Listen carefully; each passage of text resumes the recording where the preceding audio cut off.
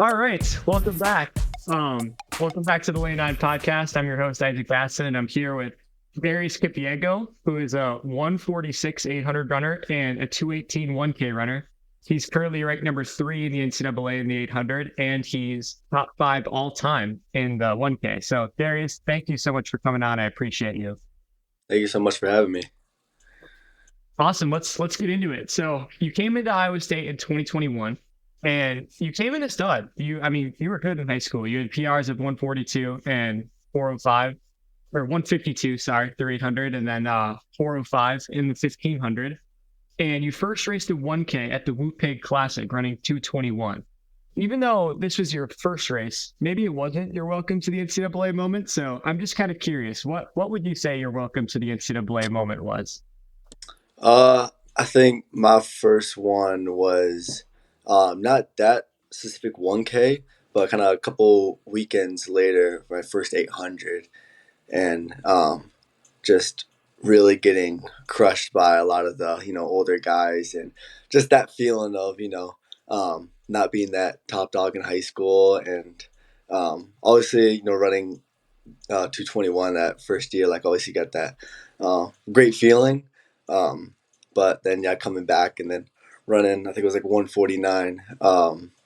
Really like with my eyes, like holy shoot, like this is different out here. And then later on, just finding out like to make nationals, you got to run 147, which is like looking past the years, it was 148. So I'm like, all right, like people are just getting faster and faster. So it's gonna be some good guys. Yeah, that's absolutely nuts to think about. So you came in a 152 guy. You ran your first 800. You PR'd by 3 seconds, shaving 3 seconds off of your high school time, and you got third in that race. And yeah, you lost. It's just crazy to think you could PR by 3 seconds in an event that short and lose by to two other people in your first NCAA race. But anyway, you then shave one more second off your PR in the 800 at Arkansas, running 148. Unfortunately, like you kind of just mentioned, that would end up being 1.5 seconds off of qualifying for the indoor championships. Coming up just short, being that young, was that something that motivated you going forward during that small break into outdoor season? Oh yeah, 100%. I mean, I think everybody, wants to be the best, and with the guys that you train with and everything, like, you had the potential to do it. So obviously, it was definitely a transition, like with training and just being in college too. It's all a whole different kind of setup than what you're kind of used to in high school. So definitely, obviously, had my eyes open for that, but not everything kind of goes to plan. So definitely, like wanting to kind of show people, why, I was there and to do the best that I could outdoors, and try to get on that big stage. That makes sense. Kind of an interesting question that I think people avoid asking 800 runners, but I think it's always been relevant. Is when you're at an indoor track, like 200-meter tracks are much different than 400-meter tracks, and obviously Iowa State's a 300-meter track, but most like national races are run on 200-meter bank tracks. So, just out of curiosity, how do you approach races differently when you're at a 200 bank track versus a 400-meter outdoor track? I mean, tactics is kind of a lot there, like you're just positioning and all of that. Like so just because it kind of goes by quick. It's 4 laps, so you really got to work on your positioning, not obviously getting stuck and boxed in, because obviously when that happens, there's not much room, and a lot of people want to pass on the curbs and stuff, because obviously you're just kind of wasting energy, and you want to save as much energy in 800, because that can make or break. Once you have that one or two moves to kind of go for it, and once you kind of boxed in, so definitely it's 100% got to work on just like racing over and over again, just kind of practicing like where you should be at different parts of the race, and just kind of work on what you need to do at that certain point, and like how you feel. So obviously each race is not going to go exactly how you plan it to be. Obviously, I don't think anyone's race does, but that's why I just got to keep racing, kind of know once you kind of do it over and over again, like what you have to do at this certain point of the race, depending on how it goes out. Yeah, but really, that's where experience plays such a big role. Like when you're at NCAA championships, and guys have just done it before, and some guys haven't, and sometimes you can really tell out there. But Anyway, you moved into the outdoor season and you managed to shove or to shave one more second off of your PR, running 147 and losing to only your teammate Jason Gomez in the process.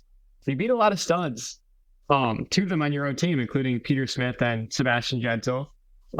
So just a question based on all this is like, what's it like to train with these stars on your own team on a daily basis? Like, do you guys, you got to motivate each other a little bit, and does like coach sometimes have to calm you down during workouts a little bit?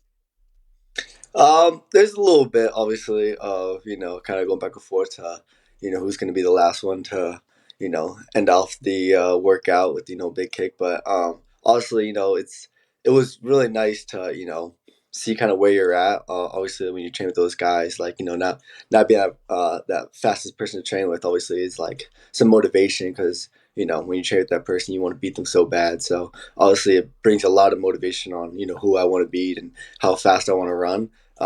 And just working out with them kind of can really show you like what kind of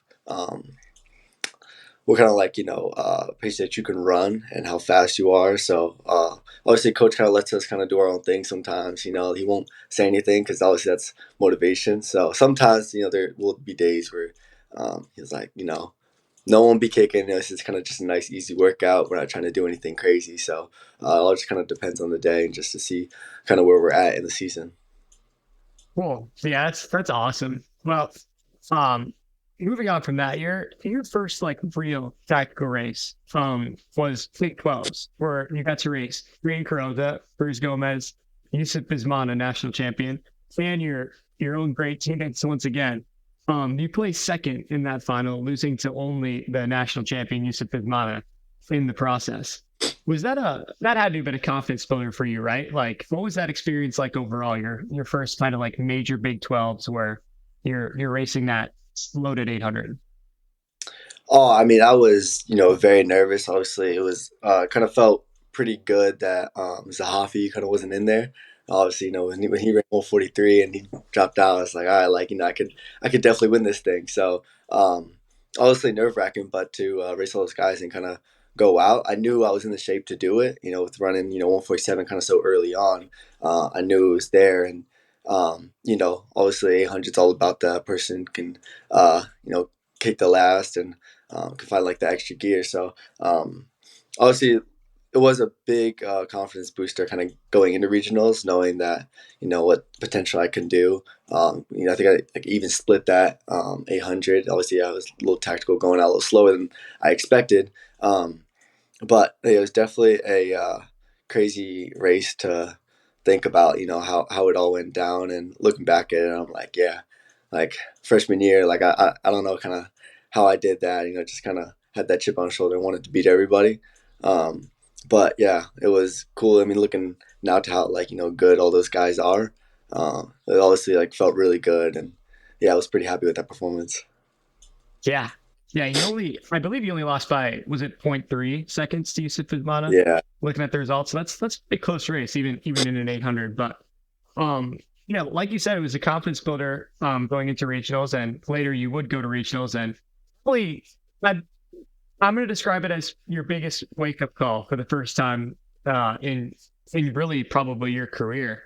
And so, kind of just a question based off that is like, how do you mentally deal with adversity? Whether it's like just one bad race, like you had at regionals, or like if you have like a bad stretch of practices, like how are you mentally like approaching that and trying to calm yourself down? I think me personally, the biggest thing is just kind of like just try to forget all of that and kind of move on. You gotta look at kind of like the brighter sides, and with especially with like training, if it's not going too well, like some of my like kind of best races, like I won't have like the best workout right before, then I'll feel amazing during the race. So just the kind of like those thoughts kind of always are like running through my head, where it's like it doesn't matter kind of how you feel in any race.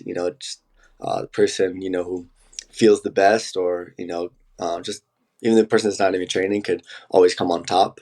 Um, but yeah, with the first C's, gotta really just kind of forget about it. At least for me, I kind of just like forget about it, put it aside, kind of focus on like what's coming next.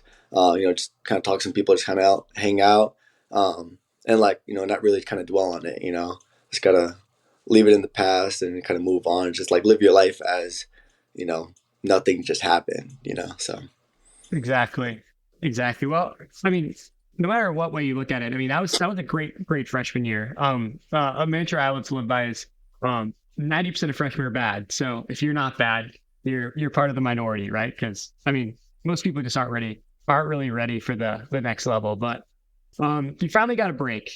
So a good little question that I like to ask, especially 800 athletes, is like, how do you address the off season? Because obviously, like us long distance guys, and of myself included, like we get ready for cross country and we're kind of like always in season, but 800 guys get cross country off. So what do you do during cross country season? Are you doing speed work or kind of just a base phase or what? yeah, definitely a huge base phase for myself. Just kind of, getting that strength up. Obviously, maybe doing some workouts with the cross guys really help. It is very different because you're not, you got all these bunch of months that you're not racing.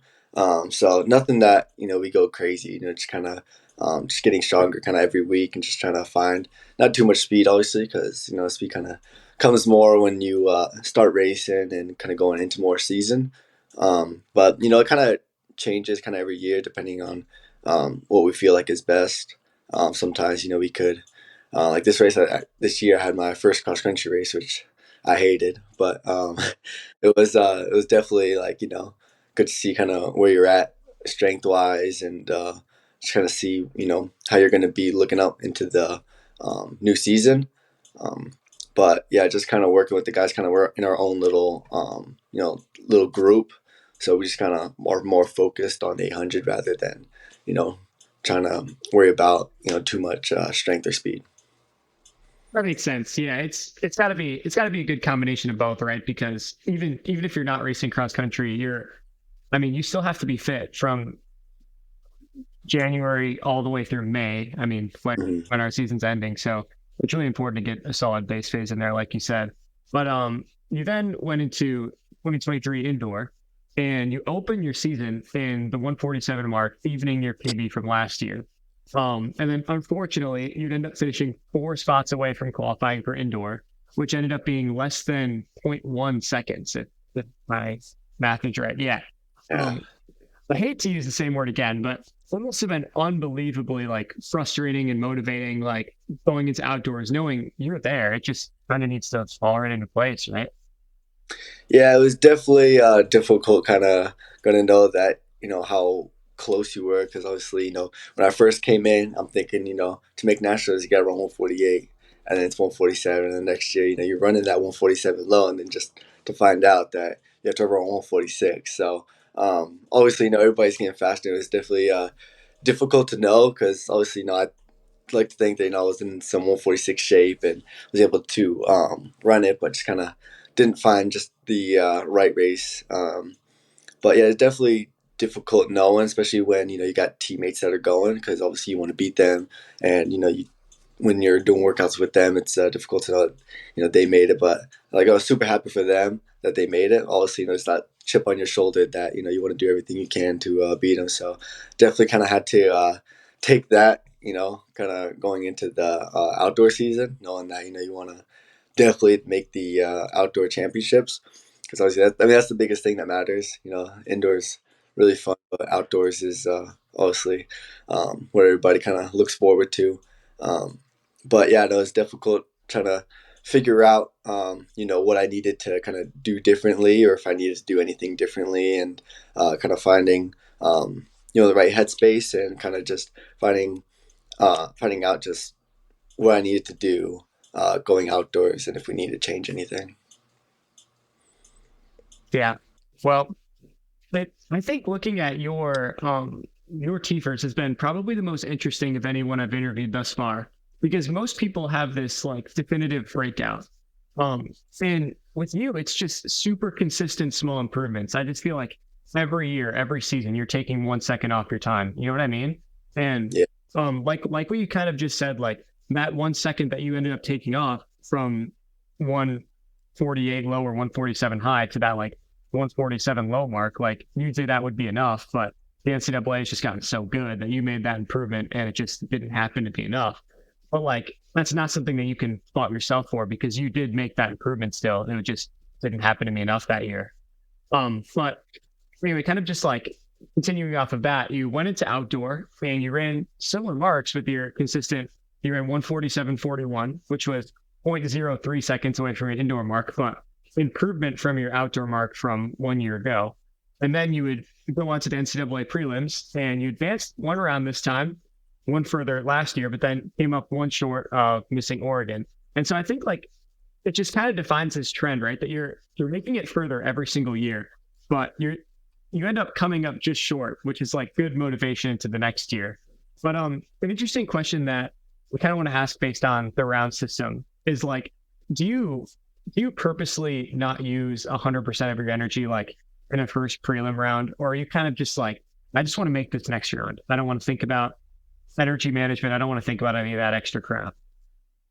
Yeah, I mean, the biggest thing is just kind of like survive in advance, everybody says. So just kind of doing whatever you need to do to survive, and just, go on to the next round. So if you need to, use up all your energy, I mean, that's fine because, like I said, I mean, I could go all out in PR and the, next day, you know, might not feel as good, but you can still do, run even faster. Like I think one of my, or not one of my teammates, but dude from Iowa State went to Olympic trials and, PR'd his very first race running 146.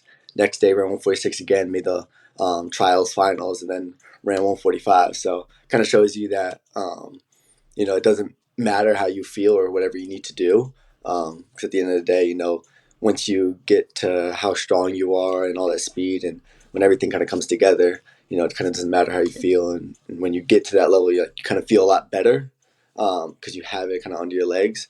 So, I mean, personally, like it doesn't matter to me if I kind of go all out or if I kind of save some. Obviously, it feels a lot better when you're kind of just staying comfortable and you save a little bit, knowing that I mean that was kind of easy. Now it's kind of going in this next round, feeling having a lot of confidence. Because I think that's the biggest thing is you got to know that you can make it, and having that confidence to go to the next round and knowing that you can win it. So that was definitely one thing I always got to keep in mind is that confidence that you're a top dog and you can win anything. That's a great like motivational thing to live by, and kind of just the mental side of the round system. And I can relate to that. I had one season where actually this most recent outdoor season where I felt probably the worst I've ever felt in prelim, and then in that final I felt fine. And so it just really shows like what one day you can feel like, and then the next day what can actually change and happen differently. But um, anyway, let's talk about 2024. 2024, your big breakout year. And I say big breakout year kind of as a joke because once again, you improve your time by 1 second. Like this is the most consistent growth I've ever seen from an individual. Like every single year, you just continue to improve by 1 second, and it's super consistent. But this is the second that's important, right?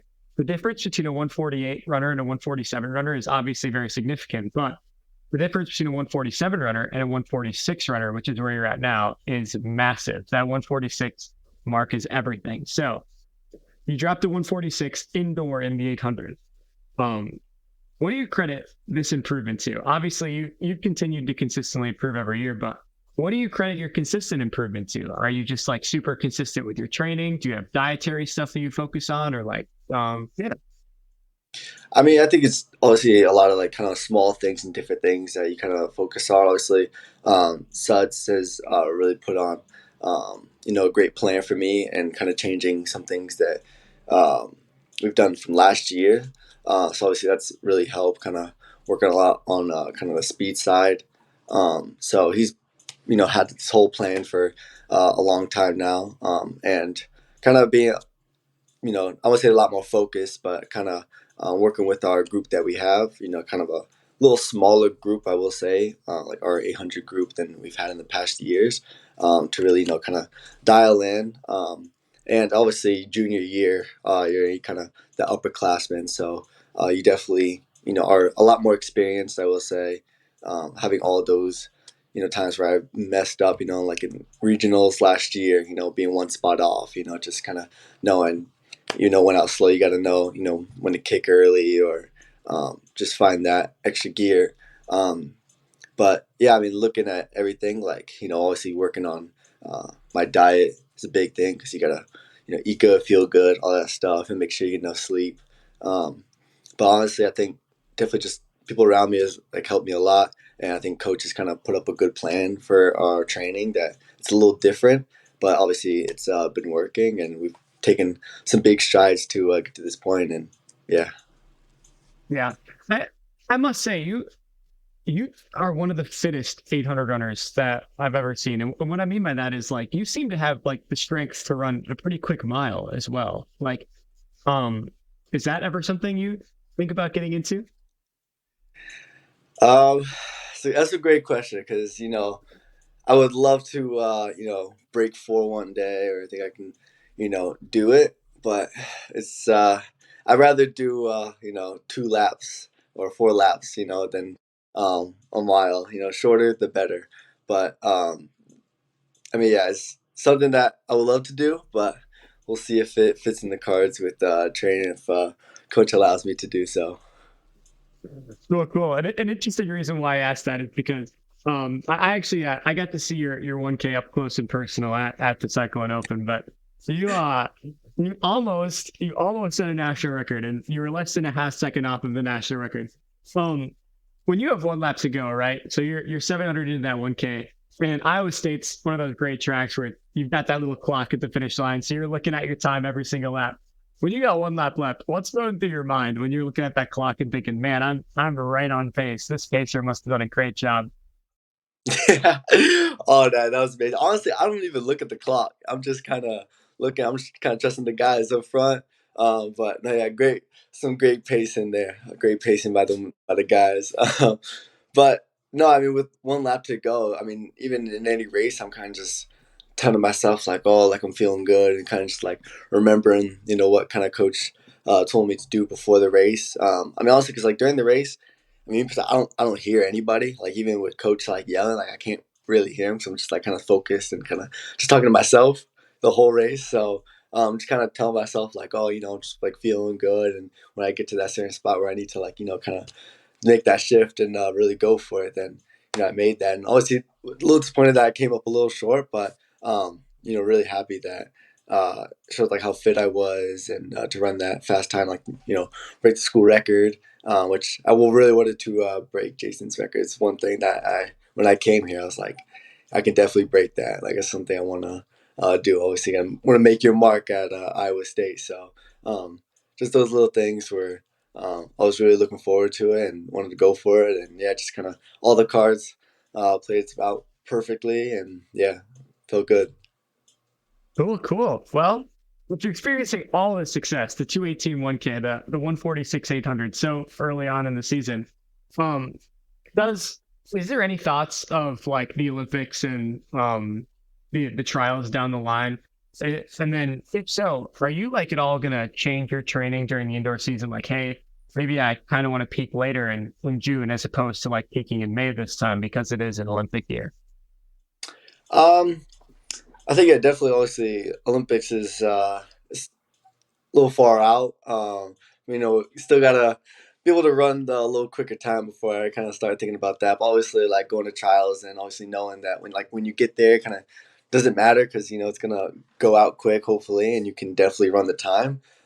So I mean, 100% always that's always been a dream of mine. To go to Olympics. I mean, I think every kind of runner, when you get to that level, is every runner's dream to get to that point that you could make an Olympic team. So obviously, U.S. is got a very good 800 kind of squad. With Bryce Hoppel and like Brandon Miller, Isaiah Harris, and just a lot of good guys that have kind of made it in the past. But what's really nice to think about is every year, I think it's kind of been that one college runner that's kind of made it. I think last year was or 2 years ago was Brandon Miller, and then Isaiah Jewett. So obviously Bryce Hoppel. So it's nice to know that those guys that can you know be there when I get there. I could definitely think about making it, but yeah, I just gotta first run a little quicker, and I definitely know I can run quicker. Just now, I just gotta get in the right race and do it.